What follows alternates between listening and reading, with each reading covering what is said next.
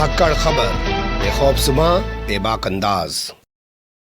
धाकड़ खबर के news room से मैं आपके साथ हूं अकरम रईस खान। पंजाब, महाराष्ट्र और दिल्ली से भारतीय जनता पार्टी के लिए अच्छी खबर नहीं आ रही है। पंजाब में जहां भारतीय जनता पार्टी ने अपने एक पूर्व मंत्री को बाहर का रास्ता दिखा दिया है 6 साल के लिए, वहीं दिल्ली में भी 2 पार्षदों को 6 साल के लिए पार्टी से निष्कासित कर दिया। यही नहीं, महाराष्ट्र में तो 14 और प्लस 7 21 लोग भारतीय जनता पार्टी छोड़कर खुद चले गए हैं, उन्होंने इस्तीफा दे दिया है। कैसे कैसे खबरें सामने आई हैं और इन खबरों को कैसे देखा और समझा जा सकता है, यही सब आपके सामने 3 हिस्सों में रखने की कोशिश करूंगा। हिस्सा स्टेट के हिसाब से बनाएंगे। सबसे पहले बात करते हैं पंजाब की, चलते हैं खबर की तरफ।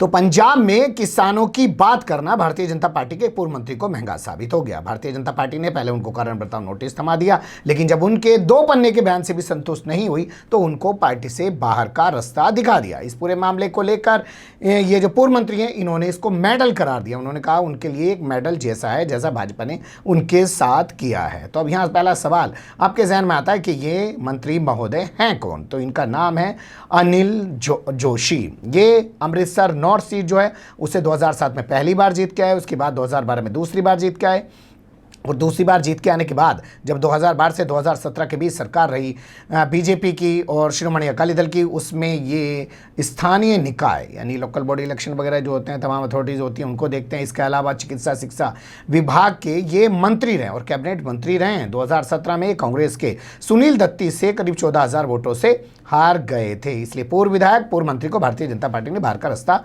दिखा दिया है। क्या था मामला, थोड़ा सा वो भी देख लीजिए। भारतीय जनता पार्टी के जो पंजाब के प्रभारी हैं, जिन्हें पंजाब का आप अध्यक्ष कह सकते हैं, उनका नाम है अविनाश शर्मा। उन्होंने इनके खिलाफ ये एक्शन लिया है, उनके निर्देश पर ये कार्रवाई की गई है। ये अखबार में जो खबर छपी है वो मैं आपके सामने रख रहा हूँ। 11 जून की खबर है। इन्होंने कहा कि किसान आंदोलन कर रहे हैं, सरकार को उनसे बात करनी चाहिए वरना इसका खामियाजा पंजाब में भुगतना पड़ेगा। तो इन्हें कहा कि ये सरकार द्वारा यानी कि मोदी सरकार द्वारा बनाए गए कृषि कानूनों पर सवाल खड़े कर रहे हैं, इसलिए इन पर ये अनुशासनात्मक कार्रवाई की जाती है। 6 साल के लिए इनको पार्टी से निकाला जाता है। जबकि इन्होंने साफ कहा कि सरकार किसानों से बात करे, ये नहीं कहा। इनके पूरे स्टेटमेंट को आप पढ़ेंगे तो इन्हें नहीं कहा कि मोदी सरकार ने कानून गलत बनाए हैं, क्या किया है क्या नहीं किया है। इन्होंने कहा जो लोग इतने दिनों से धरने पर बैठे हुए हैं, कम से कम उनसे बात की जानी चाहिए और इस समस्या का समाधान करना चाहिए। और पंजाब जो एक कृषि प्रधान प्रदेश है, वहाँ पर आने वाले 2022 में विधानसभा का चुनाव है, उसमें खमियाजा उठाना पड़ेगा। लेकिन इनकी बात नहीं सुनी गई, इनको बाहर कर दिया। अब इनका कहना है कि ये बाहर किए जाना इनके लिए एक मेडल जैसा है, तो ये कम अहम बात नहीं है। अब चलते हैं दूसरी खबर की तरफ। ये खबर राजधानी दिल्ली से आ रही है। यहाँ पर भारतीय जनता पार्टी के जो प्रदेश अध्यक्ष हैं, उनका नाम है आदेश गुप्ता। जब से मनोज तिवारी गए हैं तब से ये आए हैं, यानी कि एक ब्राह्मण देवता गए तो एक वैश्य समाज से जुड़े व्यक्ति को भारतीय जनता पार्टी ने यहाँ बैठा दिया। आप जानते हैं दिल्ली में व्यापार भी खूब है, तो व्यापारिक वर्ग से, व्यापारी समाज से ताल्लुक रखने वाला प्रदेश अध्यक्ष बना दीजिए, कम से कम व्यापारी तो खुश रहेंगे। मनोज तिवारी को इसलिए बना रखा था कि पूर्वांचल के और बिहार के लोग जो हैं उनका वोट लिया जा सके, लेकिन मुझे लगता है वो वोट इनको मिल नहीं पा रहा था, वो वोट ज़्यादा जा रहा था आम आदमी पार्टी के पास। तो इसलिए नया फार्मूला निकाला गया है। इसका शायद इनको आने वाले टाइम में जो चुनाव होने एमसीडी के, उसमें कोई बेनिफिट हो भी सकता है। 6 जून को उत्तरी नगर निगम के अंदर जो नरेला जोन है, एक हुआ पूरा नगर निगम, उसके बाद फिर जोन आ जाते हैं। जोन में अध्यक्ष पद का चुनाव हुआ था, वहाँ 1 वोट से भारतीय जनता पार्टी का प्रत्याशी हार गया। इसके चलते यहाँ 2 पार्षदों को अनुशासनात्मक कार्रवाई करते हुए 6 साल के लिए पार्टी से निष्कासित कर दिया।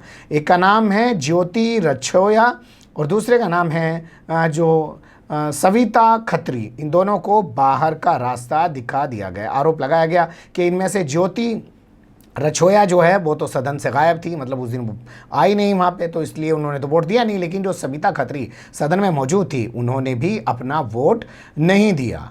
तो ये इस वजह से इनको कारण बताओ नोटिस भेजा गया 24 घंटे के भीतर जवाब देने के लिए। इन्होंने जवाब नहीं दिया। अब इन पर कार्रवाई कर दी गई है प्रदेश अध्यक्ष आदेश गुप्ता की तरफ से। क्या हुआ था, कौन उस चुनाव में जीता था, ये भी आपको जानना चाहिए। उस चुनाव में आम आदमी पार्टी के राम नारायण जीत गए थे और उन्होंने बीजेपी की अंजू देवी को 1 वोट से हरा दिया था। टोटल 21 वोट थे, 11 आम आदमी पार्टी वाले के हक में पड़ गए और 10 रह गए बीजेपी वाले के हक में।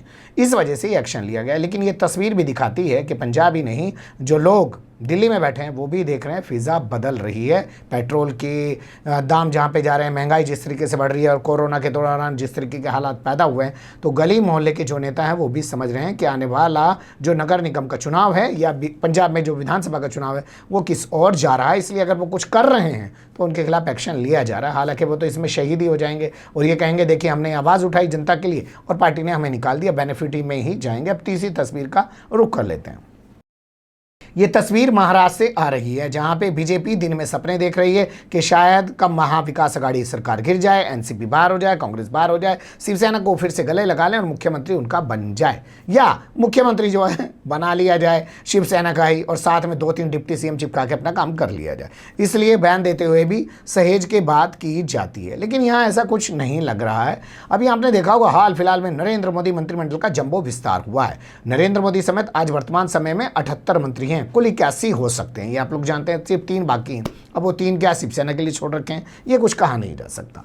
तो यहाँ क्या हुआ है, एक सांसद है यहाँ पे प्रीतम मुंडे खाड़े, इनको मंत्री नहीं बनाया गया। अब इनको मंत्री नहीं बनाए जाने से इनके जो समर्थक लोग हैं, जो जिला कार्यकारिणी समिति में थे, मैन बॉडी में थे भाजपा की, उनमें से 14 लोगों ने, पदाधिकारियों ने इस्तीफा दे दिया और पार्टी को छोड़ दिया, जिनमें जिला महासचिव, कुछ छोटे मोटे लोग नहीं छोड़ रहे हैं, जिला महासचिव हैं जिनका नाम सरजे राव तांडले है। और इसके अलावा युवा जो इकाई बनी हुई है, युवा जो यूनिट है जिसे आप भाजयुमो के नाम से भी जानते हैं, भारतीय जनता युवा मोर्चा, उसके जिला उपाध्यक्ष जो हैं उनका नाम है विवेक पाखरे, ये लोग हैं, इन्होंने पार्टी छोड़ दी है। इसके अलावा जिला परिषद, जैसे उत्तर प्रदेश में जिला पंचायत होता है वैसे वहाँ जिला परिषद होता है वहाँ पे, और इसी तरीके से पंचायत समितियाँ, जैसे हमारे यहाँ ब्लॉक स्तर तमाम चीज़ें की होती हैं, तो पंचायत समिति वहाँ होती है, वहाँ के भी 7 सदस्यों ने जो बाकायदा सीट पे बैठे थे, जीत के आए थे, उन्होंने भी पार्टी छोड़ दी। उन्होंने साफ कहा कि हमारे नेता को जब मंत्री नहीं बनाया गया, ये हमारा अपमान किया गया है। तो ये तमाम चीज़ें निकल के आ रही हैं विरोध कि इसके अलावा तस्वीरें बहुत हैं, लेकिन आप जानते हैं भोपू मीडिया उसके दलाल चाटुकार दंगाई पत्रकार खबरों को दिखाने के बजाय दबाने और छिपाने में लगे रहते हैं। लेकिन महाराष्ट्र में जो घटनाक्रम हुआ, ये सिर्फ अकेले महाराष्ट्र में नहीं है, और भी बहुत सारी जगह मंत्री नहीं बनाए जाने से लोगों में नाराजगी है। जैसे उत्तर प्रदेश में संजय निषाद खासे नाराज हैं, जैसे बिहार के अंदर भी कई सारे लोगों में नाराजगी है। जैसे चिराग पासवान भी अब धीरे धीरे राम से अपना मोह भंग करके, हनुमान रूपी अपना वजूद छोड़ के असल में ज़मीनी हकीकत में जीने की कोशिश कर रहे हैं, क्योंकि सत्ता में बैठे लोग कभी किसी के लगे सगे नहीं होते हैं। कभी वो दुश्मनों को गले लगाते हैं, महबूबा मुफ्ती के साथ सरकार बना लेते हैं, और कभी उन्हीं महबूबा मुफ्ती को आतंकवादी और न जाने क्या क्या बताने लग जाते हैं। सत्ता चाहिए।